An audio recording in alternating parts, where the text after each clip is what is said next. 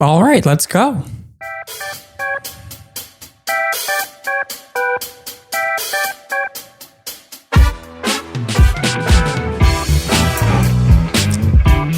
Good afternoon, my friends. This is officially episode 1 of Garbage Day.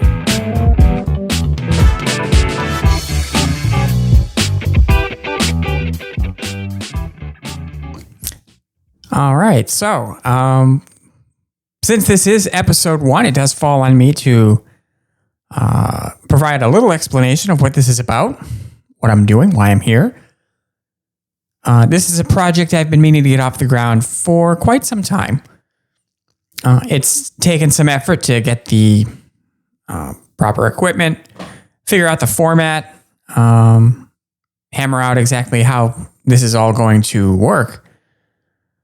But essentially, the cultural and political landscape of the last, we'll call it the last decade or so, has changed dramatically. I think we all know why. And I find I have a lot of thoughts about it. So maybe that means I also have a lot to say about it. We are going to see.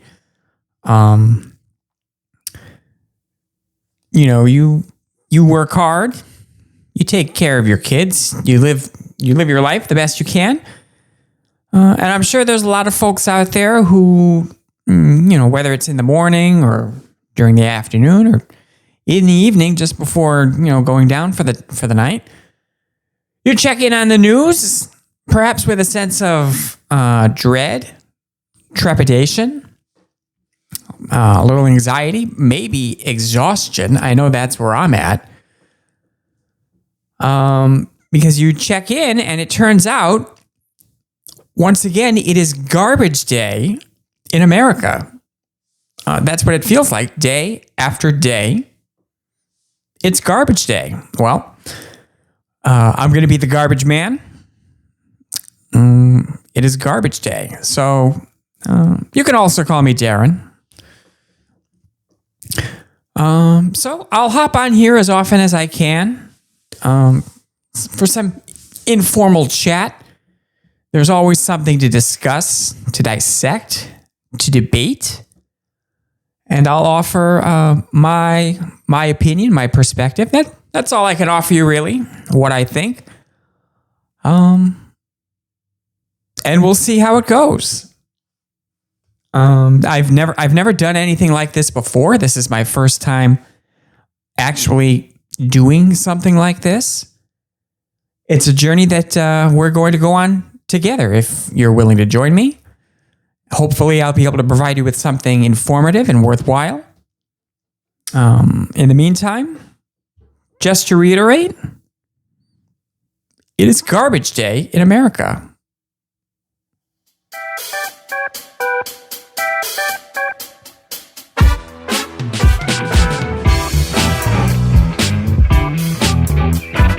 I want you to feel good now with that opening little bebop tune, because there's never really going to be much good news, depending. So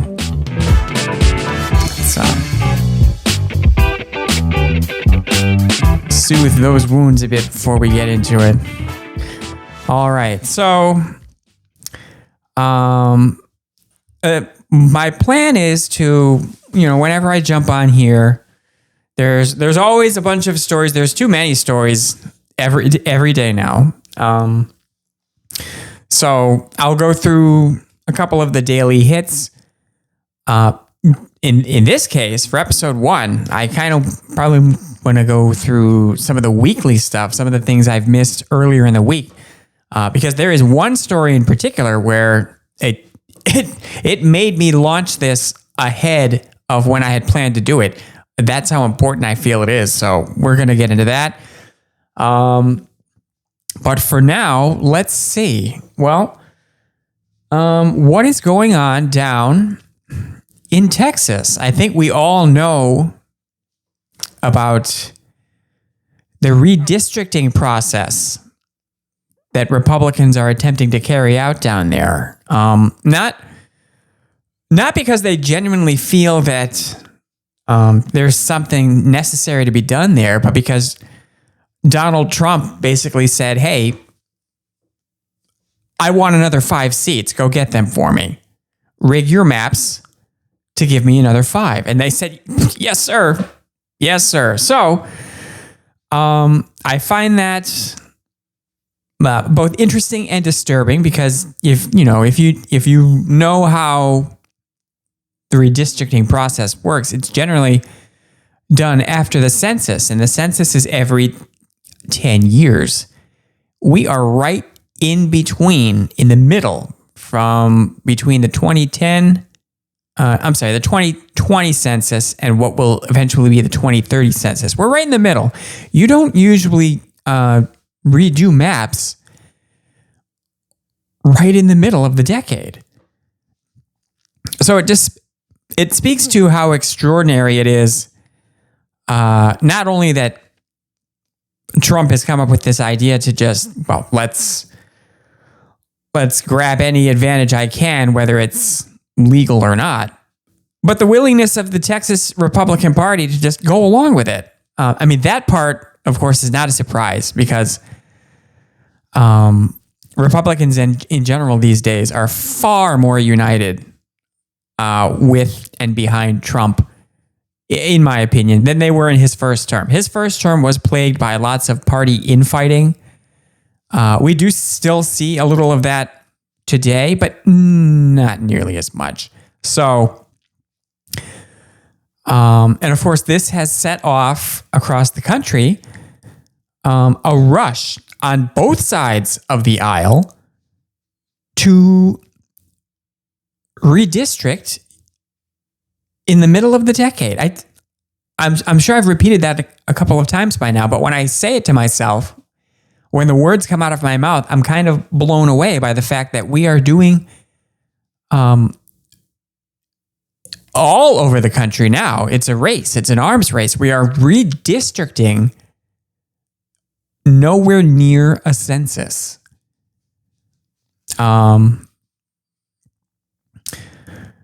And of course, since the Texas Republicans have started this process, we have the Democrats in California, in New York, and in Illinois.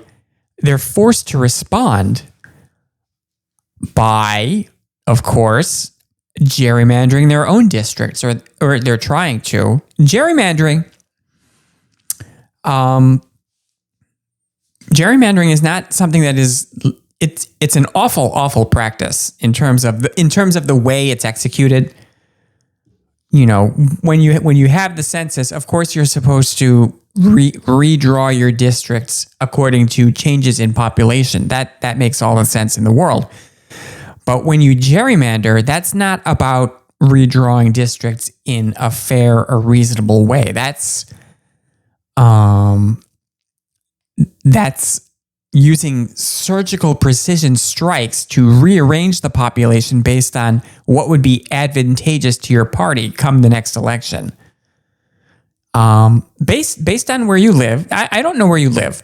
I want to say take out a map of your state that is broken down by district, and I almost guarantee you that depending on where you live, the shapes of these districts, they're not circles or squares. They're not anything reasonable looking. You'll see shit where it's like a spiral, or it looks like like an animal or some bullshit, because that's what they do. They snip in a way where they can, like I said, rearrange the distribution of these populations to provide themselves the largest advantage in an upcoming race. It's hard to explain without visual aids, because I know not everyone understands what gerrymandering is. I guess at some point I'll have visual aids. This is episode 1. I've got nothing. It's raw. It's unfiltered. There's nothing here. So eventually I'll have some kind of visual aids. But I want you to try to imagine imagine two districts side by side. One district has a mostly rural population, but a large population based in we'll call it a Democratic city, a blue city. So it's a red district based on, if you look at the population, a lot of it is red, but the population is focused in the city. So it's essentially a blue district, where the voting power is mostly focused in that one area. And then in the district right next to it, it's a ruby red district. It's really, really red. And we're going to say that the population of this district, which again, it's just red across the board. You barely find any Democratic voters at all. Red across the board, the population of this district is bigger, we'll say much bigger than the other one with the blue Democratic city. So if you gerrymander, essentially what you can do in this situation, you can rearrange the districts so that the blue Democratic city that is keeping that particular district blue, you can add that city to the neighboring district, the really red, ruby red one, where they can absorb that portion of votes, because in that district, there's so many red voters that adding that blue city does really nothing to change the composition of that district. So you add it to that district, you remove it from where it was, and so the district where that Democratic city used to be is now red because you've taken out those blue votes and you've put them in the neighboring district where they essentially get lost because that city is not nowhere near large enough to counter the population of that ruby red district. So instead of a blue district and a red district, you now have two red districts. You have two red districts and you have a city full of blue votes that essentially no longer have a voice in the democratic process. That's a really bare bones explanation of it. But really, that's what, just imagine that on a nationwide scale now, because that's what everyone's racing to do right now. They're looking at these maps. They're saying, what surgeries can we execute to rig these maps in our favor on the Republican side and the Democratic side? Because now the Democrats are forced to respond to what the Republicans are doing. If the Democrats did nothing, based on the situation in Texas, the situation in Texas that they're trying to do is they're trying to give themselves, like we said, 5 new seats. 5 new seats. That's enough where if the Democrats don't respond in any way, it's practically enough to make sure that they don't, that the Democrats can't regain the House in 2026, which of course is the whole point for Trump and for the Republican Party, because Trump is desperate to make sure that he has unified control of government for the rest of his term. Which, if you think about the consequences of the Democratic Party getting control of the House in 2026, you understand why. Because if they do that, he won't be able to pass anything legislatively. And it's more than likely that they'll find something to investigate, because that's what the party who takes over the House of Representatives typically does these days. They get in and they say, okay, let's investigate the administration. It happens on both sides. I've got no doubt that if we suddenly had Speaker Hakeem Jeffries, there would suddenly be renewed interest in whatever the Trump administration is doing in terms of what can we investigate. So Trump, of course, desperately wants to avoid that, because he knows what that was like back in his first term. So he doesn't want to go through that. And of course, he wants to make sure that whatever he wants to get done in the last 2 years of his term he'll have no obstructions, because unlike in his first term, where you had discussions within the Republican Party opposing points of view, the Republican Party these days it's Trump. It's all Trump all the time. There's no variance. So whatever he wants to do, he says do it, and they'll do it. There was a lot of drama with regards to the big beautiful bill that just got passed about whether or not it was actually going to pass, because you'd hear from, this senator says I have reservations about this, and this guy says I wish this were different, and it was all fake. It was all fake. It was all bullshit, because eventually, of course, they passed it, and it was always going to pass. That was just fake drama for the sake of drama. Once Trump says get in line and get this done, they do it. I haven't seen that in a political party. Let's see. I'm a young guy, so let's just say in the last 20 years that I've really been paying attention, I haven't seen that in a political party in my lifetime, where there's complete unification and complete subservience to the president. Even when Democrats had a supermajority in the Senate during the first half of Obama's first term, that party was not united behind him in any significant way. They squeaked by the Affordable Care Act. But the Republican Party, I said this years ago, and people like to come back to me and they'll say, I remember when you said this. And it wasn't a hot take then, and it's not a hot take now. There is no Republican Party. It's the Trump Party. It's the Trump Party for the foreseeable future, and I'm not even sure what it's going to look like when he leaves office. To me, that's the really interesting question. What's going to happen to the Republican Party after Trump finally steps down and says, all right, I'm done? Which, if you're a Democrat, or if you're somebody who disagrees with what the Trump administration is doing and has been doing, that feels like an eternity, because it's been an eternity already, just waiting for this guy to get off the stage.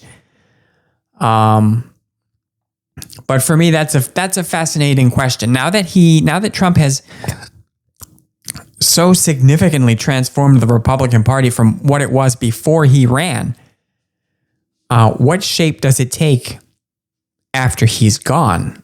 After he's out of office?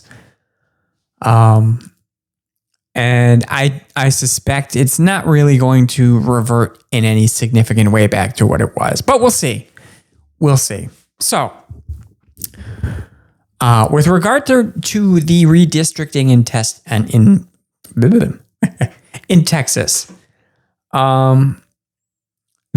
the Democratic Party in Texas has fled the state. That is in a bid to prevent a quorum in that state's House of Representatives, which would keep business from taking place, and therefore, the Republicans can't pass these maps. They can't do any business, and they can't get this done. So they've fled the state in an effort to prevent that. I don't expect it's going to pan out in the end, because if I understand correctly, Republicans, they did try this once before. I think it was in 2003, this mid-decade redistricting. And I think Democrats did the same thing. And, eventually you got to come back, and the Republicans passed their maps. So, but I appreciate that the Democratic Party in Texas, that they are getting caught trying. Their options are very limited. But whatever options they do have, this probably being the only one, they're at least taking advantage of that option. I want to contrast that with the Democratic Party at the national level, which since Inauguration Day has basically been their default response to anything is to lay on the floor and wait for someone to step on their balls. That's it. They've done nothing but capitulate since Inauguration Day. And I'll be straight up with you. I'll be honest. I am a registered Democrat. A lot of my policy perspective is colored in those terms. I have plenty of criticisms for the Democratic Party, but generally speaking, as a Democrat, I'm thoroughly disgusted by the way, by the lack of fortitude that the National Party has been demonstrating in the wake of Trump's inauguration and just before, because if you look back, Trump won the election in November. Between November and Inauguration Day, there's about 2 months. And Democrats, from what I can tell, they did nothing to prepare for Trump's inauguration. No, they didn't do anything to put together a coherent message, to build a resistance. They didn't have a plan. They didn't come up with a plan for, okay, this guy's coming back. What are we going to do? They did nothing. And as a result, right now, at least, we are staring straight down the barrel of the end of the Republic as we know it. Or that's at least what it feels like.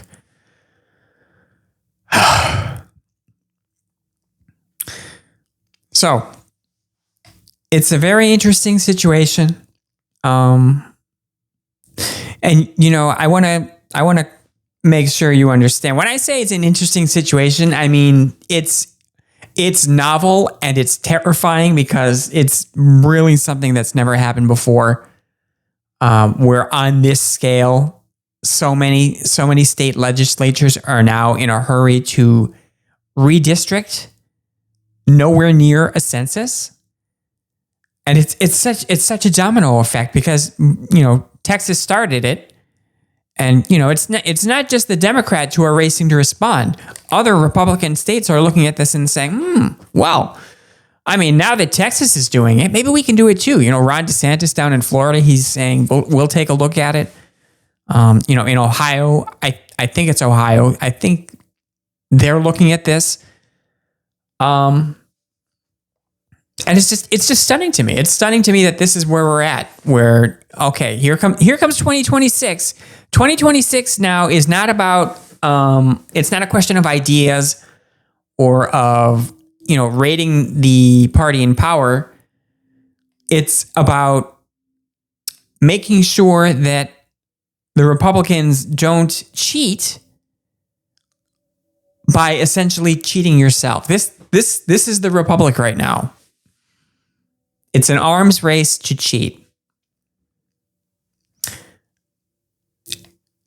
And I'm very, very conflicted about it. Because on one level, I certainly understand. I understand the anxious need for Democrats to respond in some way. I mean, not the Texas Democrats who have fled the state. I approve of that. I don't think it's going to hold off the Republicans in the end, but that's their only option. And you know what? Good. You're standing up for your constituents. You're making a statement, which is more than the National Party ever seems to do these days. But in terms of, the Democrats in California and New York and, wherever else places where they're looking at redistricting these maps in response to what the Republicans are doing, I get the pressure to do something because, of course, if they do nothing, the Republicans are just going to gerrymander everywhere. At least that's what it's looking like, to give themselves more seats. Remember, when you gerrymander districts, you're making it so that the elected representatives choose their voters rather than the voters choosing their representatives. That's what's wrong about it. people in power are supposed to be responsible and responsive to the people who voted for them. That's why you have elections, so that if they're unhappy with your performance, they can vote you out. They can put someone else in. But when you gerrymander these districts, you make it harder to get these people out. That's the whole point. You make it harder to you just make it harder to have free and fair elections. So the Republicans, they're on board with this in many states. And if this were any other administration, if this were any other election, I would look at the Democrats and I would say no, because it's a slippery slope now. Like with so many other things, it's a slippery slope. And this is quickly, if this proceeds the way it's been, this is quickly going to become the norm. It's going to be, we're not going to wait 10 years anymore. It's just going to be every single election. Let's redistrict everywhere. Redistrict. Both sides. We won't wait for censuses anymore. So I don't want to set that precedent. At the same time, the stakes are so high that I understand the encouragement for Democrats to respond by rigging their own maps. In an ideal world, nobody does this. But as far as I know, neither party has ever put forward substantial legislation to ban this practice of gerrymandering, because they both do it, because they've both done it for years. The only difference now is that we're switching from a model where we do it once every 10 years to let's do it every fucking year. Like I said, if this is uncontested, this is going to become the norm, and then who gives a fuck? Let's just do it every year. It'll become normal. So, if you have thoughts on that, I'd love to hear them. Because remember, in terms of discussing things, this is how I discuss things. If I'm discussing something, and someone else has a different point of view, I want to hear what that point of view is. I don't want to suppress you. Because, battles are won and lost on the battlefield of ideas, not on, shutting out the other side. That's not a victory. That's not cowardice. But anyway, so what else do we have? Well, I guess piggybacking on this particular discussion, we did just find out today, I believe Trump has said that they are actually going to order a new census, which, to my knowledge, has also never been done before. It's every 10 years. I think that is, I have to double check, but I'm pretty sure that's one of those few things that's actually written down in the Constitution, where it's every 10 years. But he wants to do it immediately. He wants to do it immediately, and he wants to exclude certain groups, which, again, I don't have the Constitution right next to me, but I don't think the Constitution makes the distinctions of, count your population every 10 years, but make sure you only count this group and that group, and then exclude these other groups. I think it's, the census is for everyone who exists in the country at the time you take it. That's not what Trump is going for now. Trump, I believe he said he wants to exclude undocumented persons. And in terms of his base, I understand where he's coming from, because, of course, that's That's the kind of red meat they want. Because it used to be just criminal aliens, but now it's just, immigrants of any kind are suspect. So that's a base pleaser for him. He loves to go for the red meat.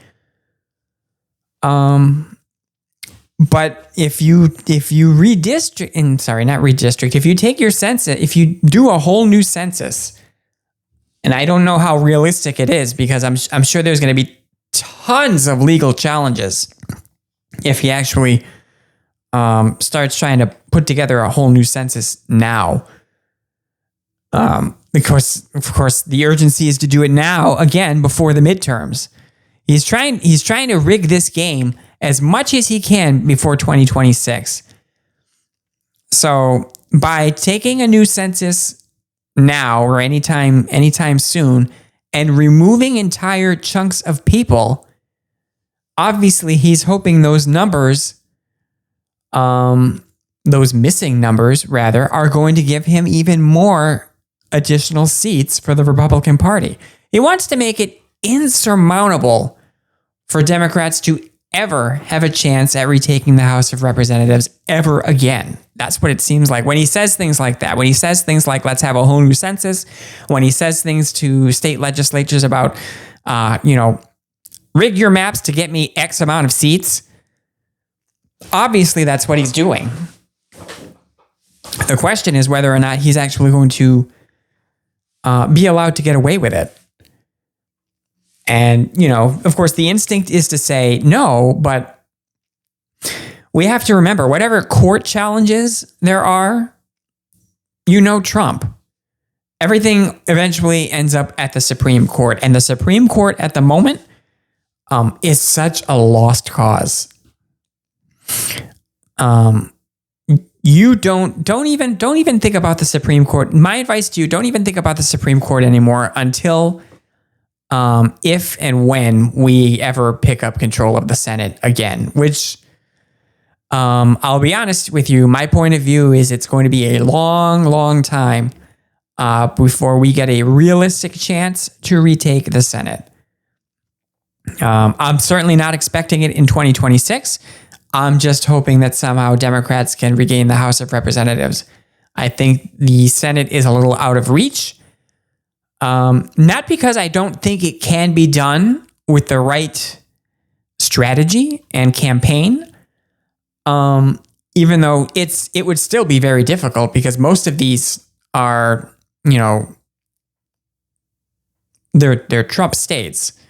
They're states that Trump won. It would be really difficult to dislodge the senators in these states. But theoretically, it could be done with the right campaign and the right strategy. The problem is that the Democrats don't want to campaign and they don't have a strategy. All they have is,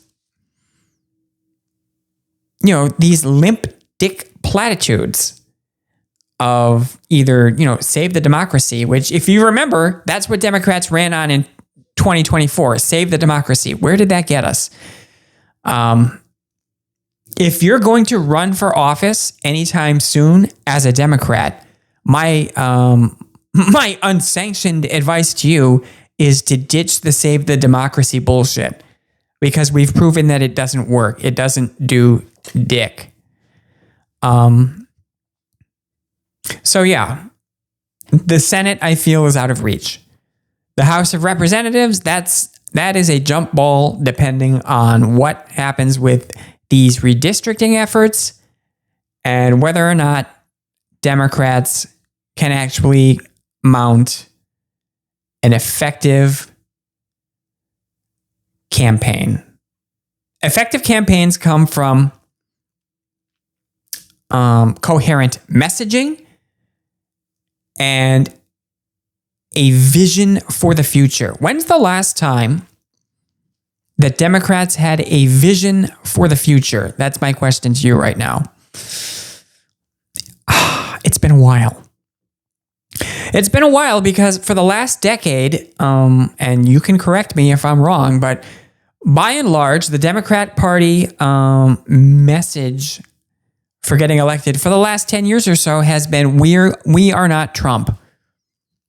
They have not offered anything substantial in exchange for your vote, and that's why you have not given them your votes, and that's why they are not getting any votes. That's why their poll numbers are in the tank,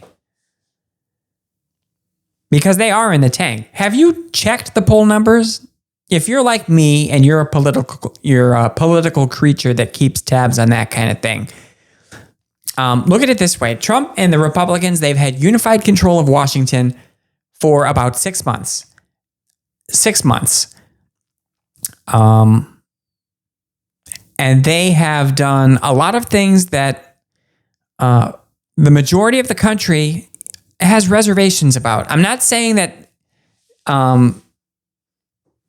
all of Trump's policies are unpopular, but a good portion of them, at least half the country and a little more than that looks at them and says, because either the way he's going about it, like with the deportations, or with the unnecessary vitriol that he's pumping into what he's trying to do, like with the tariffs.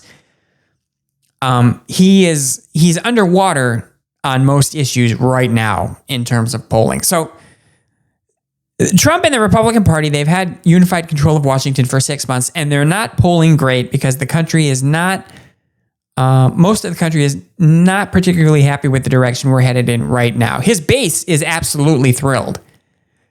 His hardcore base. But Democrats and independents and a not insignificant portion of Republicans, they range from having some reservations to fuck no, I don't like this. So they are not polling great. Democrats, the opposition party, who have no power at all right now, are polling worse, and that is the problem. They're polling worse than the party that is actually, from their own point of view, inflicting damage on the nation.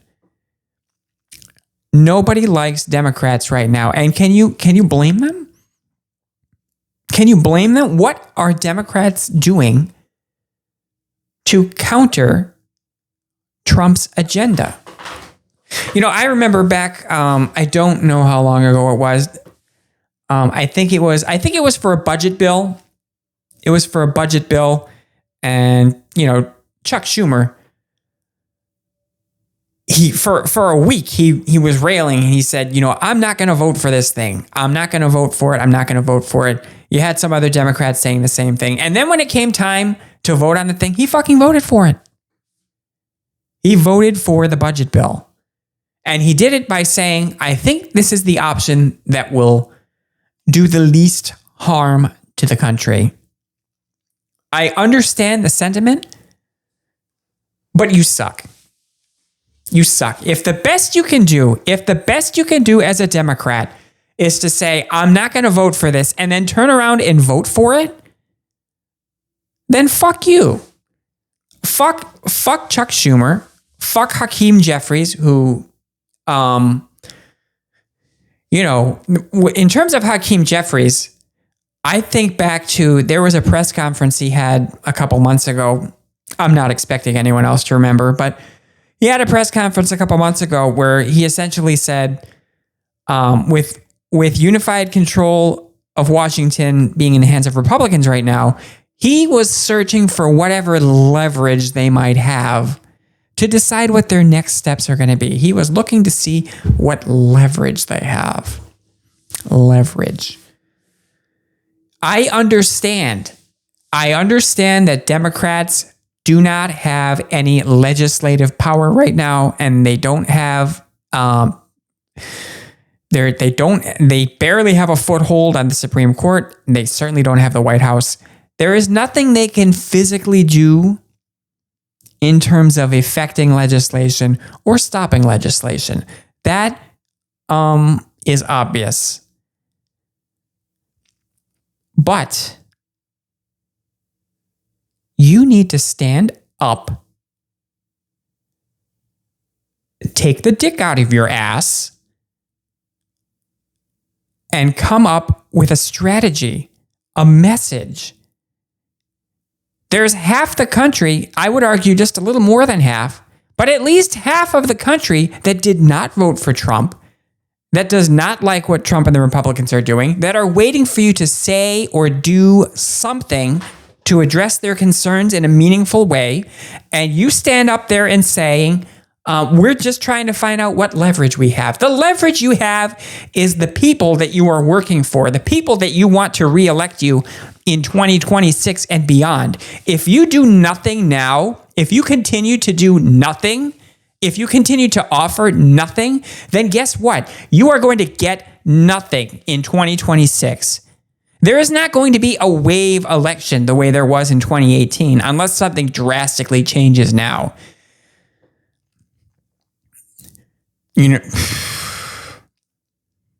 because that is the hope that Democrats are banking on right now. Democrats don't have any legislative power, so here's what they're doing right now.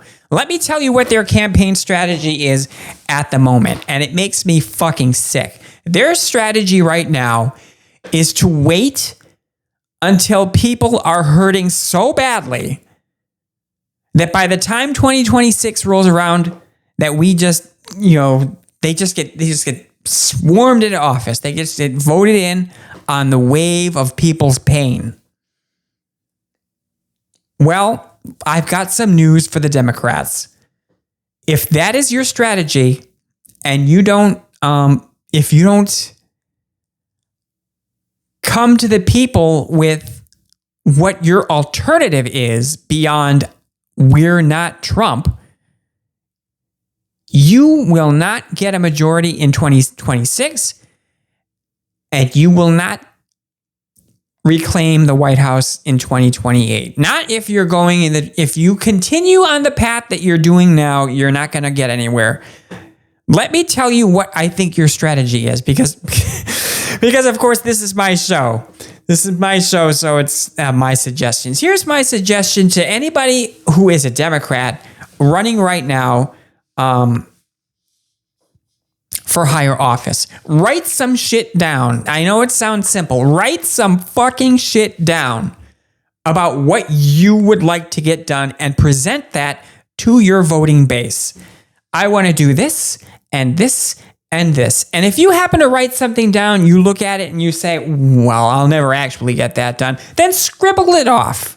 Cross that out and don't fucking say it to us, because we are tired of hearing we're going to do this and then it doesn't get done.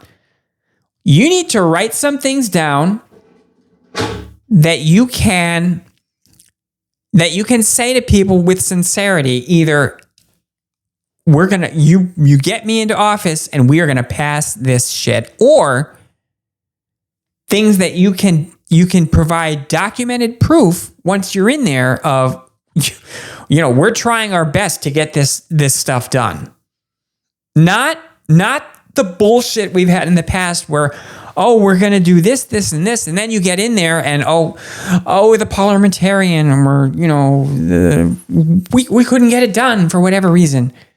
Or you don't even bring it up for a vote. That's the shit that pisses me off right there. You don't even bring it up for a vote. And you know why you don't bring it up for a vote? You know why we don't get things like paid family leave that come up for a vote?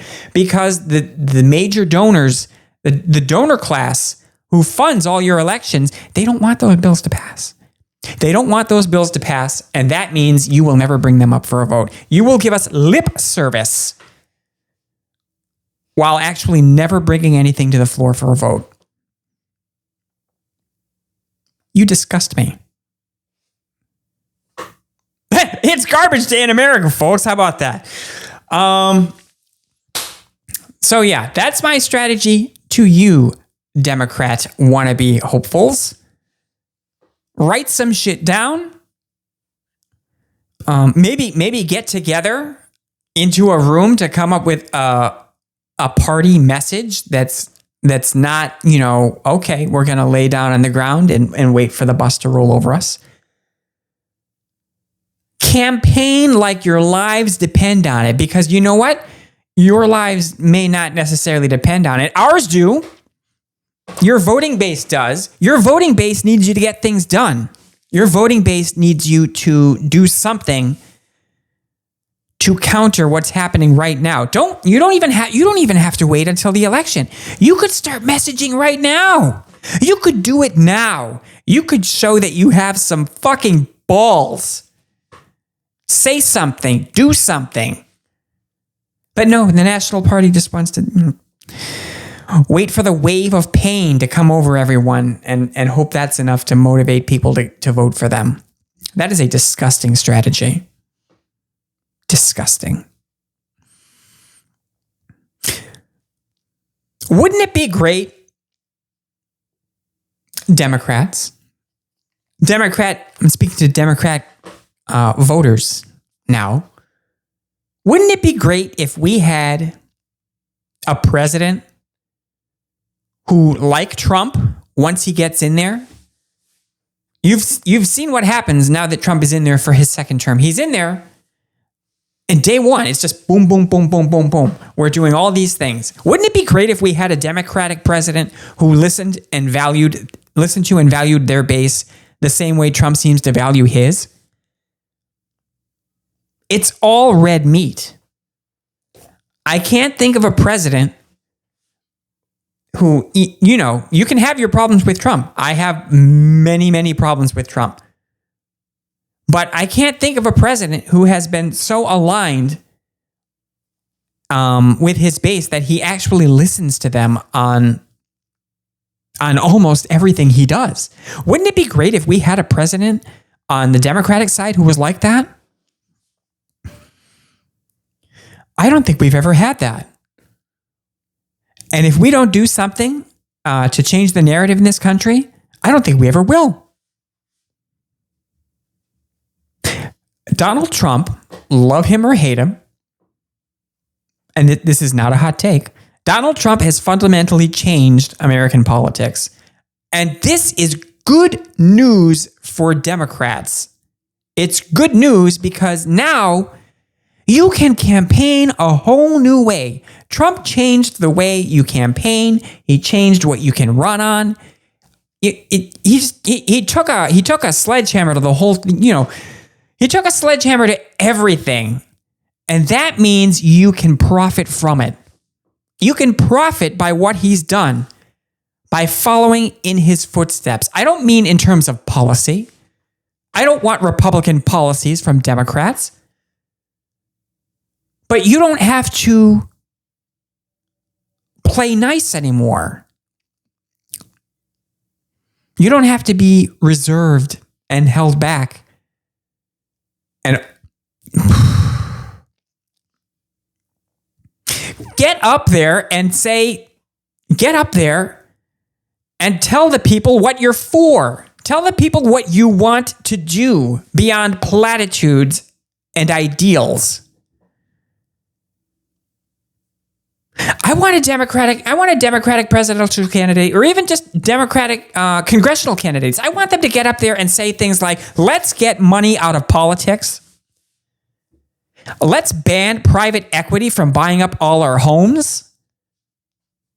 Let's stop funding wars. Let's respect the people's taxpayer money. And let's do things that will make lives easier and better for everyone. I think back a lot to, 2008. 2008, where, of course, you had Obama. And ever since Obama,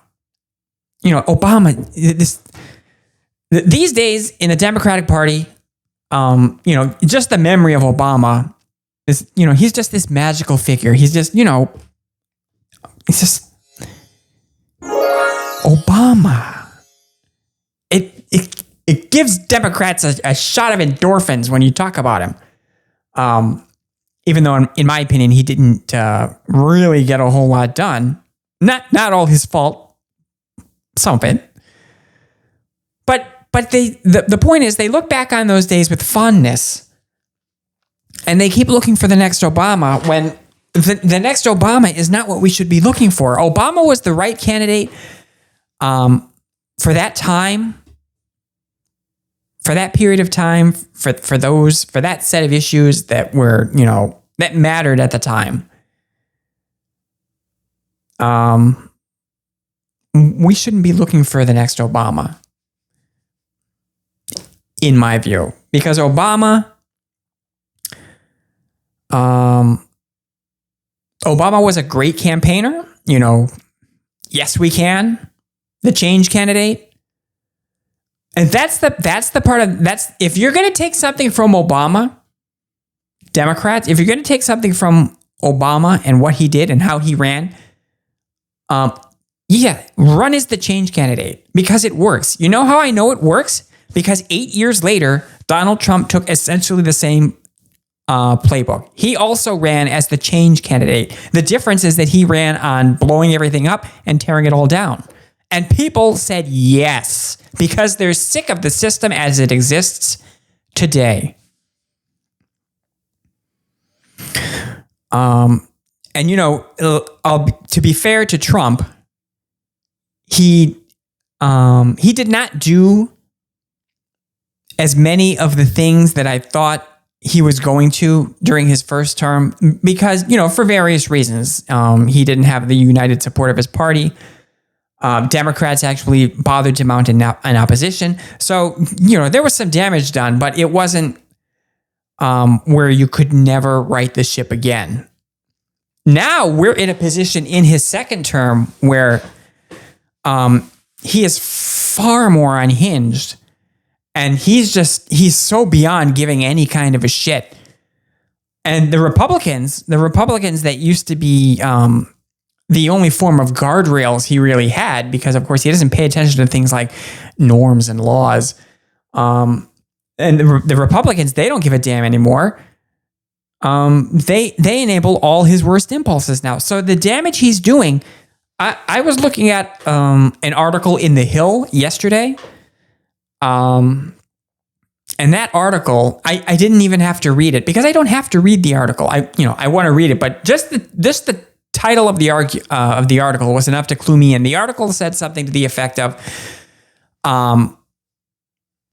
Project 2025 is about 46% complete. 46%. The same set of proposals that Trump said, I don't have any idea what they're about. It's 46% complete. Because again, he gets in there and it's boom, boom, boom, boom, boom.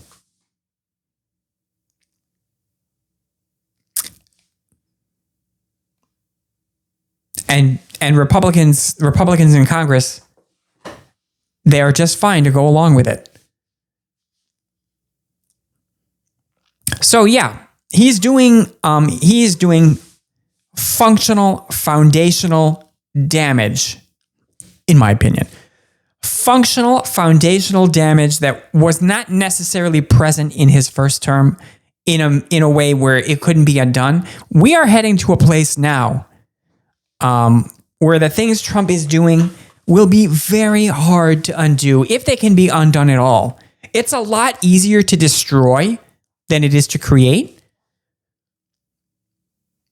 And so many of the, the norms, the institutions, the things that are good and pure that we take for granted, that ran on an honor system. There's no honor anymore anywhere on either side. I'll be straight with you. But so many of those things are now being destroyed. And to build them back up again will take generations. It will also take a functioning Supreme Court, which I don't expect we're going to have. I'm a young man. And I'm telling you, unless something incredible happens, I'm not expecting that there will be a liberal majority on the Supreme Court in my lifetime. Or at least not until I'm a very old man, if ever. And you can blame that on a whole lot of things. You can blame that on Mitch McConnell back in 2016, making sure that Merrick Garland couldn't get that seat. You can blame that on the Brett Kavanaugh hearings, where they just you know what? I found the accusations to be credible. It doesn't mean that they were true, but the way Republicans just push that through without giving it proper investigation. They didn't give it any kind of an investigation, or at least they gave it a very cursory one. That didn't really dig deep. So you could blame it on that. You could blame it on, just before Joe Biden got in, how they hammered through Amy Coney Barrett. But the fact of the matter is, it's going to be a long time before the Supreme Court is not a conservative majority, and we are in absolute risk of it becoming a 9-0 conservative court. Because now that Trump is there, imagine if Clarence Thomas decides to retire, or any one of the guys who I feel like they were waiting to see how the election shakes out. Now they have if they want to retire, they can replace him with some young 40-year-old judge who could rule for decades. And of course, Democrats have no part in that, and they no longer have any power to have any functional say on Supreme Court nominees, because now it's just a 50-vote threshold to approve a Supreme Court nominee. The Republican Party can approve Supreme Court nominees without any consent from the Democrats at all, because of course we blew that up. So, I realize I just skipped off on quite a wild tangent right now, but that's where my head is at right now. Every election, and I'm the guy, I want to tell you, I'm the guy who loves the horse race. I love election night. I've always, ever since I was a teenager, I love election night.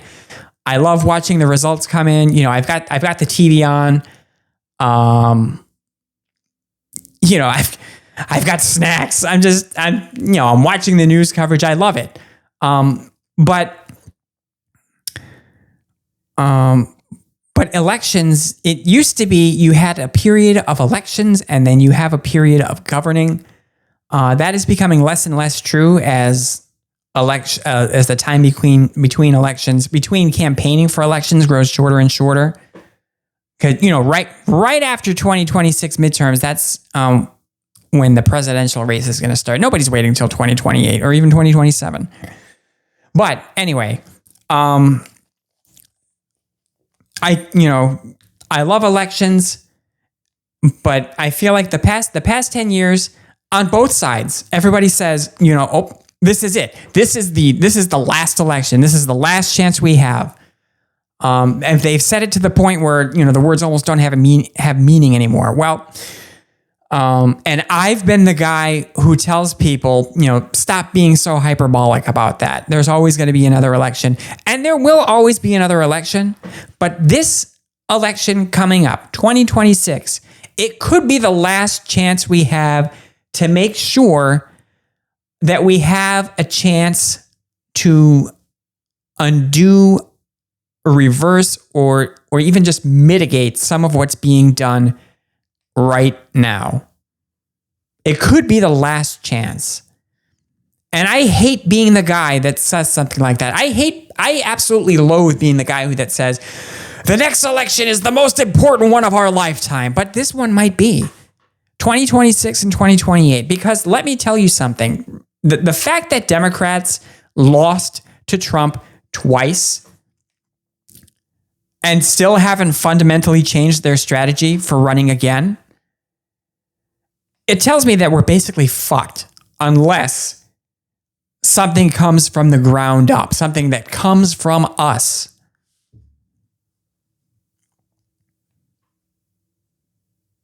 Are we going to do that?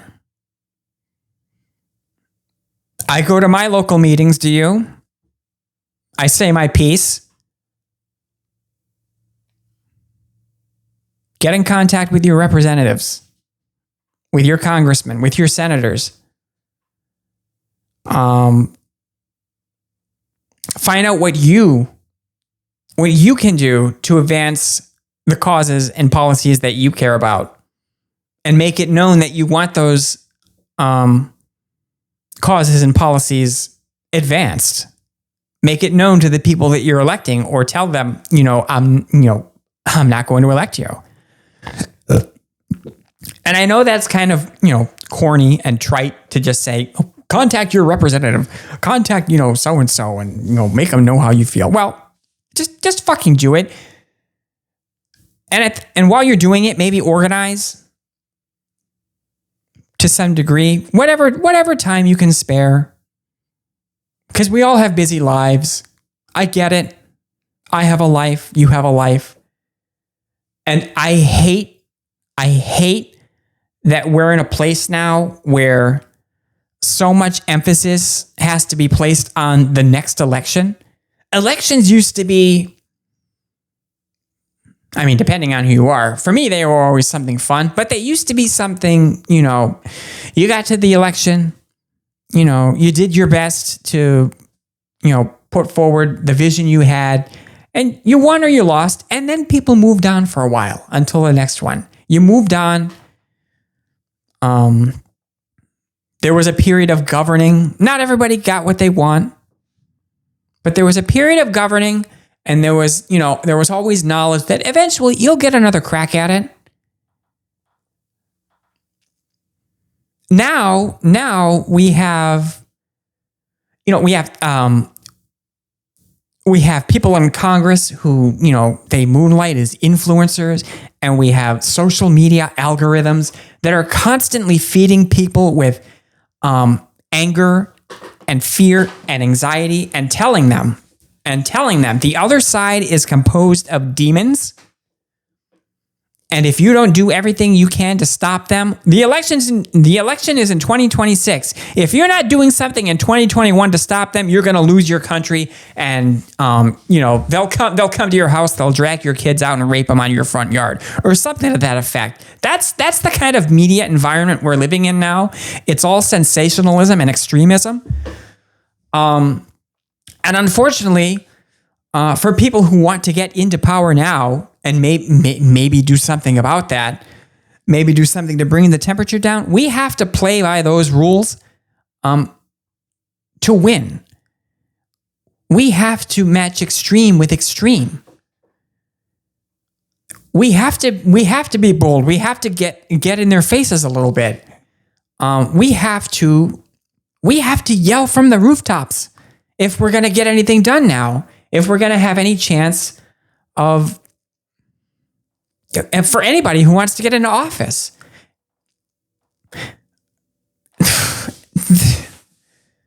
That actually, it's not directly related, but that does lead me into the other story I wanted to talk about today. And that is, remember, I'm talking about something that's a few days old at this point, but a few days ago, and I have to double check. I'm not sure where it came from, whether it came from Trump directly or an administration official or what have you. But they said, someone said that disaster relief funding for your city or state now depends, it is now contingent on whether or not you are willing to not boycott Israeli companies. So, I'm sorry, let me rephrase that. If you boycott Israeli companies, if you live in a city or state that boycotts an Israeli company, and there's only one reason to boycott Israeli companies right now, and we all know what it is, it's Gaza. If you live in a city or state that boycotts Israeli companies, you will be denied disaster relief funding. Isn't that fucking insane? You live in a state that has just been rocked by a hurricane, or is experiencing widespread flooding. It's been hit by wildfires. You've suffered property damage. Maybe you've even lost your home. God forbid you've lost a loved one. And the only way to even begin to start to make yourself whole is knowing that disaster relief funding is coming to help you. And now, depending on where you live, no, it's not. No, it's not. The money that you put into the system, the money that you pay for with your taxes, the money that you are contributing as a functioning member of society, for a lot of things, for Social Security when you retire, for Medicare, for Medicaid and food stamps when you need them. You're putting money into the system for when you need the money. And in terms of something like Social Security, money that you've earned. It's not an entitlement. It's something you've earned. Disaster relief funding, you're putting money into the system so that if something out of your control should befall you, your city or state is going to help you recover. That's your money. But now, a foreign power now controls whether or not you are going to get disaster relief funding in your city or state based on how you exercise your free speech in your own fucking country. In your own country. What the hell is this? What the fuck even is this? So, let me explain a little bit about my view of Israel. And I'm not talking about Gaza and the Palestinians at the moment. Just forget that for now. Think about this as I present it to you. Our politicians are bought and paid for by any number of powerful entities, whether it's the donor class, corporations, or in this case, Israel and AIPAC. So Israel, if you're a politician running for higher office or occupying higher office at the national level, it costs millions of dollars for you to run for office. It costs millions of dollars for you to hold that office through getting reelected. When you are in office, you are automatically in debt for millions upon millions of dollars if you want to run again and keep that office. 50% of your job is about raising money so that you can keep that seat. And most congressmen and senators, well, a surprising number of them are millionaires, but a good portion of them are not. So they need money. They need money to keep their jobs. They need money that they've never made in their lives, that kind of money. So Israel comes down and says, we have money. We have lots and lots of money. We're just going to make it rain money on you. Here you go. With of course, the implication that if they give you that money, you do not criticize Israel. When Israel asks for money from the budget, you send them that money. If they want weapons, if they want, at this point, who knows? If they want boots on the ground, you give it to them. You are there. If you're someone in Congress who AIPAC, who Israel has given money to, who they're funding you, they are expecting a return on their investment. And that means you serve Israel. You don't serve America. And here's the part that's really bullshit about it, because the most powerful people in our nation, the lawmakers, the people who literally write the rules for the rest of us, because we elect them to do so, we put them in there, they are now censored in what they can say and do by a foreign power. a foreign power is deciding what they can say and do in supposedly the freest nation on earth. So because they are censored, because they are not able to say and do anything that conflicts with the Israel narrative, now you also are not able to say or do anything that conflicts with the Israel narrative. And you remember back when Republicans talked a lot about trickle down. You give lots of money to the rich, and you just give them so much money that eventually it's going to trickle down on the rest of us. That bullshit. Well, now it's basically the same thing with Israel, except now it's raining bullshit. The bullshit is trickling down. The congressmen and the senators, they are censored, and now it's starting to trickle down to the rest of us because you are not entitled to your disaster relief funding if you live in a city or state that in any way has criticized Israel through boycotting Israeli companies. So you don't control when a natural disaster hits. You absolutely don't have any control of that.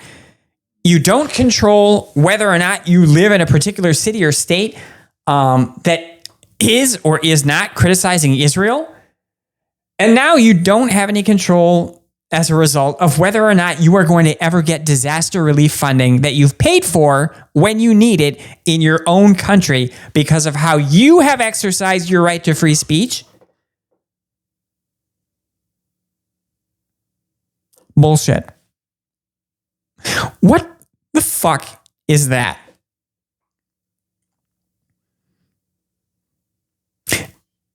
And realize, I haven't even gotten into the Gaza situation. I haven't mentioned the Palestinians. I haven't brought any of that into this because it's not about what they're doing there. I have my problems with it, but it's not about that. It's the fact that we as a nation are willingly surrendering our free will to it. If it wouldn't matter if it was Israel, it wouldn't matter what country it is. We're telling a foreign power that they can dictate the terms on which we exercise our rights to free speech. What the fuck is that? No. Fuck no. Fuck no. Can you imagine how many people something like that is going to hurt?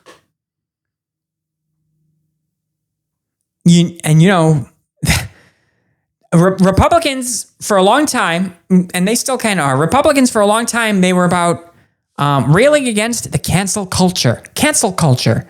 You can't have cancel culture. It's gone too far. Now we have cancel culture coming from Israel, directly from Israel, and Republicans are going to be the ones to enforce it. What? It's funny how quickly they are willing to throw away their principles when Israel gets involved, because Israel buys and sells all our politicians. And I'm not talking about just Republicans, the Democrats too. Israel buys and sells politicians on both sides of the aisle.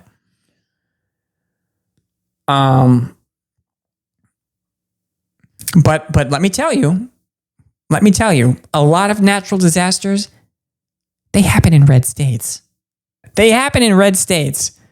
So I don't know. It's a fucking bullshit lottery now. Do you live in a state or a city that, for whatever reason, has decided to boycott an Israeli company? Because that's going to determine whether or not you get disaster relief funding.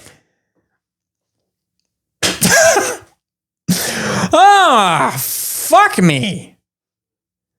That's not how a country should work. That's not how the US of A should function. No foreign power should have any say in how we exercise our right to free speech, which includes how you spend your money. When you speak with your wallet, that is a form of free speech. You should be entitled to boycott whatever the fuck you want for any reason.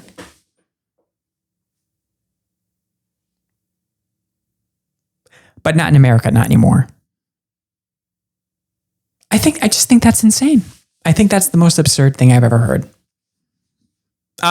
Okay, that's a little hyperbolic. What I mean to say is, we in terms of the Trump administration for the second term, the things that I find questionable, ranging all the way from questionable to absolutely outrageous. It's a long fucking list. This is just the latest in that list. But goddamn, does this rate right near the top? The fact that someone like Trump, who I figured his ego in a second term with regards to Israel was going to be an asset.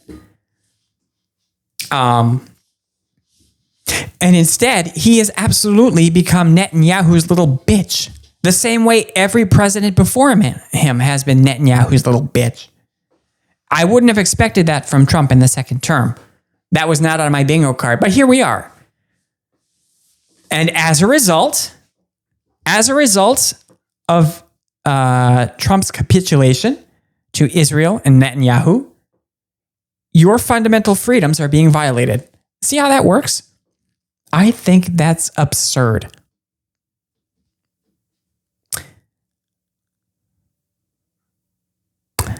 And I guess that's what I have to say about that. Oh, God. Holy fuck. I don't know. One by one, let's just give away our fundamental freedoms. All right.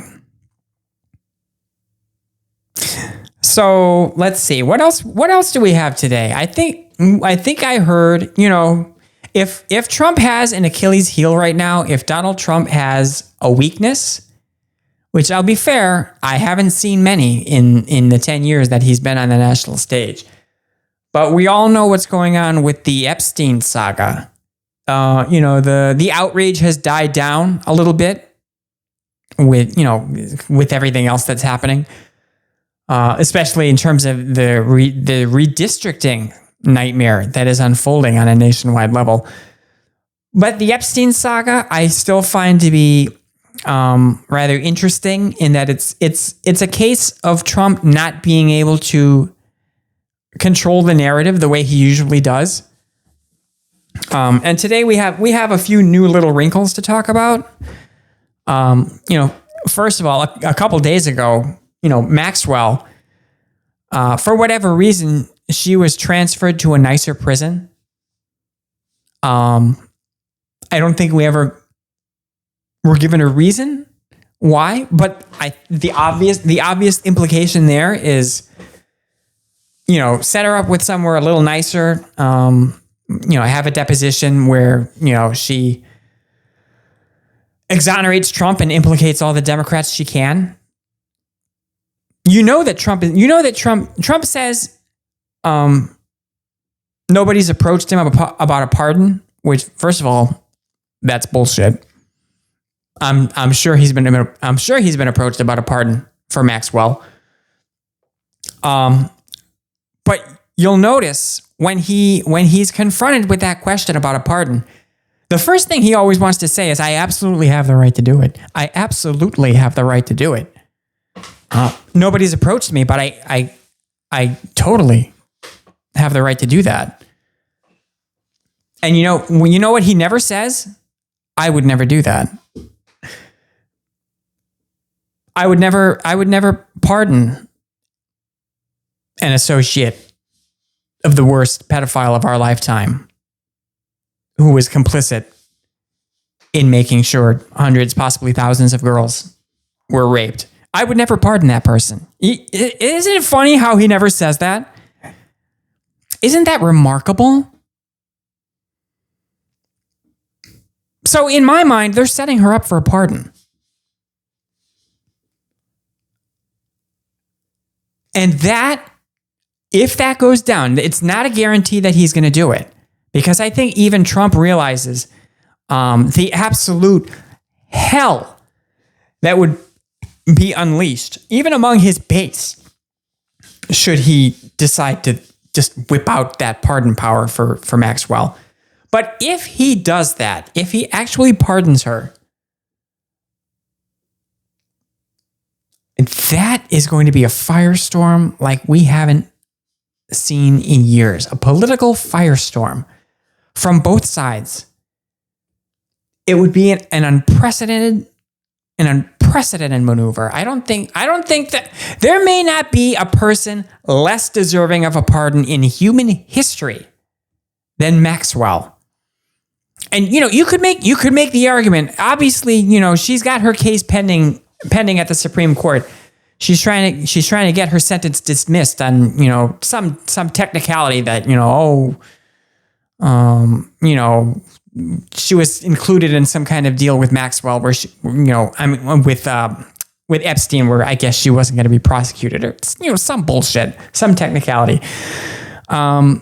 They're not going to commute her sentence. Her only hope is a pardon. And the fact that it's even a discussion, I don't think there's a person in human history, like I just said, that is less deserving of a pardon than someone who is helping a pedophile to commit rape on young women. But we might be headed there. Isn't that crazy? Oh my God. And when it happens, if it happens, this is the moment that we've had so many, but this is the moment where we're going to see if the Republican Party as we know it today still has any balls. Are we going to have any congressmen or senators step up and say, he should not have done that? Or are they all going to bend into pretzels to justify it the way they've done with everything else?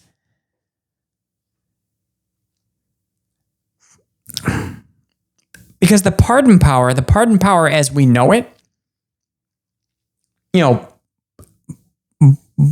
barring one or two exceptions, I guess. I don't think they even matter anymore, but it's an absolute power. It's an absolute power, and that's why Trump loves it so much, I'm sure.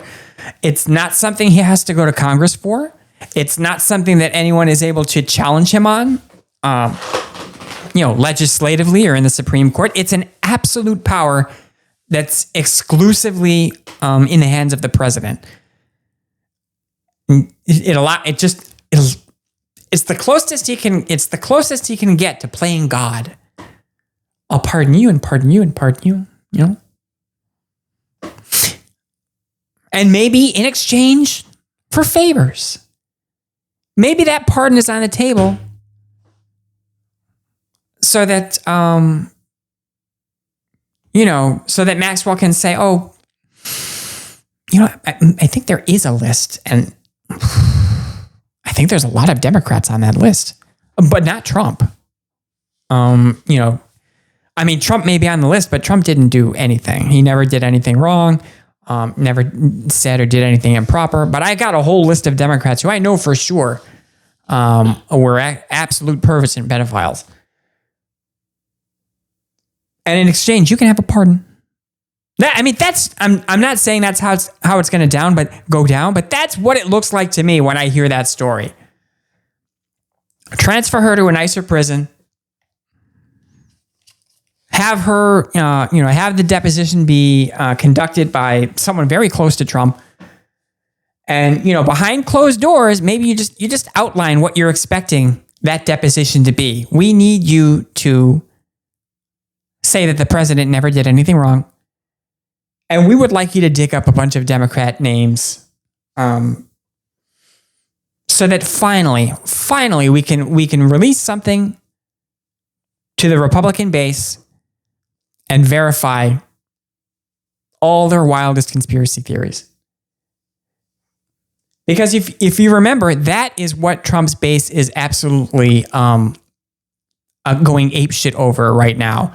The fact that for years they were fed these narratives of, Epstein has a client list, and oh my goodness, Bill Clinton is on it, and this Democrat and that Democrat, and they have a secret pedophile ring that's operating out of pizza shops, Pizzagate, real Alex Jones kind of stuff. They've been fed that for years, and Trump runs on we're gonna expose them all. We're gonna release that list, the client list. We're gonna put out any material we have on Jeffrey Epstein. You'll finally get to know whether he killed himself or not, et cetera, et cetera. Pam Bondi says, "Oh, I've got the client list sitting here right on my desk. I'm reviewing it now. It's the directive of the president that we release as much information as we possibly can, as quickly as we can, as detailed as we can." And then a couple of months later, she comes out. The DOJ makes a statement, and the statement says, "Nothing to see here."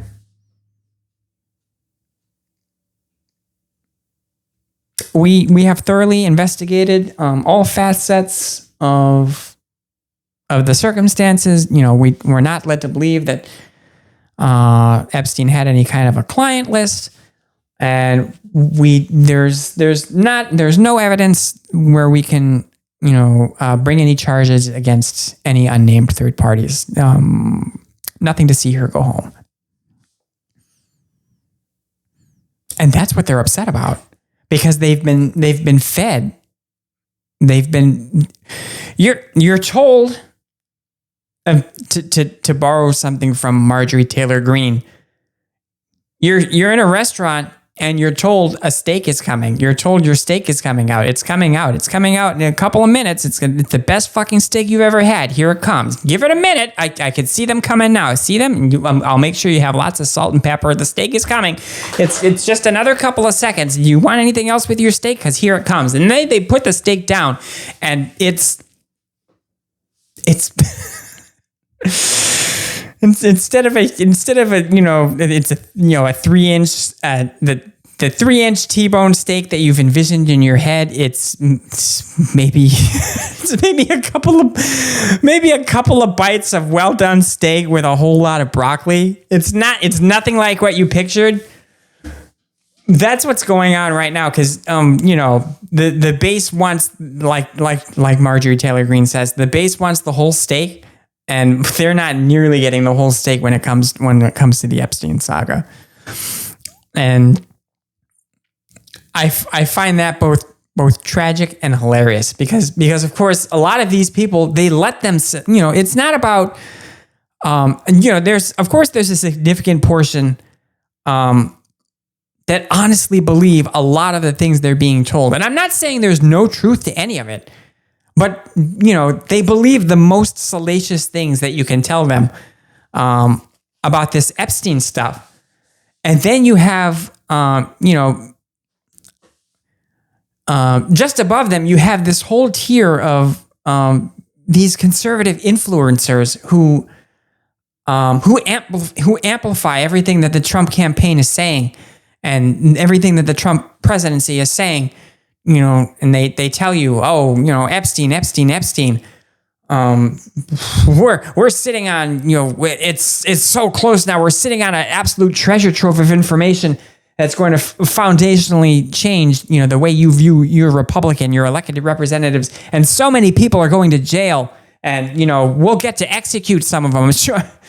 God knows what else. And then the DOJ comes out with that statement. We don't have anything. So some of these people, they just do it to themselves, and some of them don't do it to themselves. Some of them get brainwashed by the media echo chamber that now exists, because it used to be, especially during Trump's first term, you didn't have this. You had an echo chamber, but you didn't have this ring of homegrown conservative influencers. You had Fox News. You had Fox News, and that was it. And Trump said one thing. He said it to Fox News. Fox News said it to the Republican base, and that's how it worked. You had a simple chain of causality. The president says something, Fox News repeats it, the base believes it. Now it's completely different. Now you have folks like Ben Shapiro and Charlie Kirk and whoever. There's dozens of them. And they don't all agree. And many of them don't agree with Fox News. And so you have all these conflicting points of view, which to be fair, that's a good thing. But you have all these conflicting points of view, and most of them have been taking the lead of the president, who he ran his campaign, a good portion of it, on things like Epstein. We're going to release the Epstein files, and they conditioned the base to believe you're going to get this information. It's coming, and it never comes. So that's why I feel like a pardon, should it appear, it would seem to be on the table, in my opinion. But should a pardon materialize, that is going to be very interesting. Because like nothing else that has ever happened during Trump's term in office, either the first term or the second term, that issue has the potential to rip apart Trump's base in a way that you would expect other things to do, like, the cost of groceries, which fundamentally impacts how people live their lives. Apparently they don't care about that. But this Epstein shit, here we go. Epstein, if he pardons Maxwell, and I guess it also depends on what Maxwell says in exchange for that pardon. But first of all, I have to imagine that no matter what Maxwell has to say, there's got to be a portion of Trump's base and Republican voters in general who, no matter what she says, would have to be against pardoning the associate of a pedophile. Viciously against that.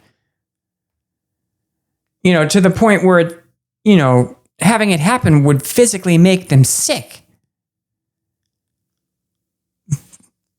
But does that really exist in the Republican Party? I don't know. I would hope it does. But I'm just, it's curious to me if a pardon, if the return on a pardon is going to be worth it, where Trump can finally put that particular saga to bed.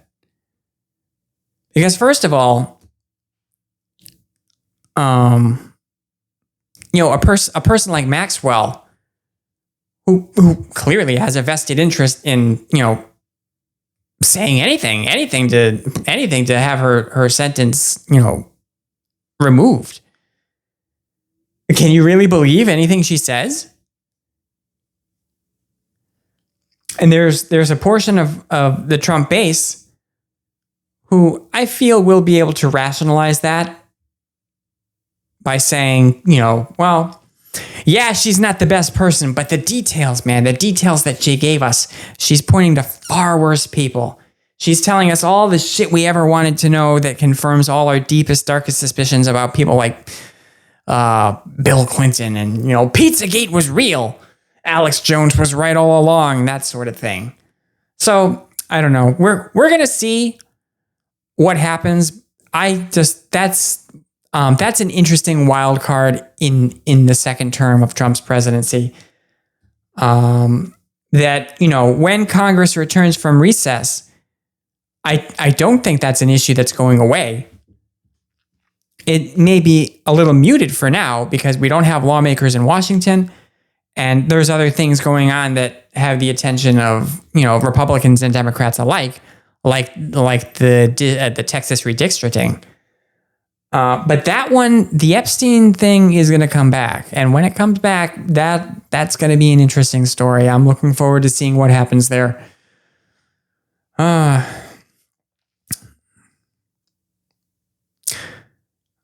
So let's see. I think I'm going to call it a wrap for today. Because until I have guests, and I hope to have some form of guest soon. But until I have guests, it's basically me talking to myself for for an hour and a half, or however long an episode turns out to be. We're over 90 minutes now, where I've just been babbling to myself, which clearly I have no problem doing. At the same time, it's really helpful to have someone to bounce things off of. So for now, I guess I'll stop. I'll call this a wrap on episode 1 of the Garbage Day podcast. But there's lots and lots of stories to come, because every day is something new in the Trump administration. And I just want to talk about it all, man, in one fashion or another. It's good to talk about it. Here's what I'll close with for today. I'm a Democrat. I said that. I'm pretty sure I said that already. I'm a registered Democrat, so my policy perspectives and my moral compass, they align with that side of the political spectrum. But I watch a lot of. I watch Fox News. I look at conservative media sources. I read conservative articles. Just not because I'm truly interested in what they have to say from a policy perspective, but it's important to me to know what they're saying and how they're saying it. I think if you live in your bubble, in your media bubble, and you're not hearing what people are saying on the other side, you are leaving yourself vulnerable and exposed. And in a fashion, you are keeping yourself ignorant, because I think healthy discourse in this country means not only that you are willing to entertain other perspectives and additional point of view, but that you also seek them out. So my closing advice to you today would be to open yourself up to more than just whatever news sources you're looking at. If you're hyper focused on, like, say, I only watch MSNBC and I only read the Washington Post, maybe just expand a little bit. I think it's helpful, because I think you need to hear how other people are framing those issues that you care about. And, you never know. Maybe they'll say something that resonates with you and makes you think, they might be right about that. They might have a point. And I think that's where the beginning of political wisdom comes. From knowing that, especially in my case, I love to say, I don't know where the saying came from, but I know what I don't know. That's the beginning. That's the beginning of wisdom, to say, I don't know. So as difficult as it is for some people, I would encourage you to seek out these additional perspectives. I would encourage you to drop in on different news sources with alternate points of view from what you're comfortable with. So that's going to be my closer for today. This has been, I've had a lot of fun. Hopefully you've gotten something out of it. But we're going to call it a wrap on episode 1 of the Garbage Day podcast. I've enjoyed talking to you. We are going to talk again soon. Until then, find a way to have some fun today. Treat yourself. Because boy, after a day like today, after a day like any day, you are going to deserve it. Take care of yourself.